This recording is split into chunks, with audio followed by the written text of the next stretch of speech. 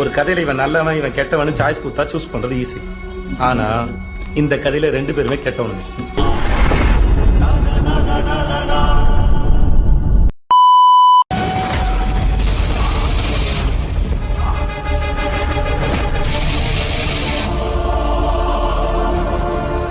நானும் நீ சொல்ற மாதிரி தான் சார் செஞ்சேன்.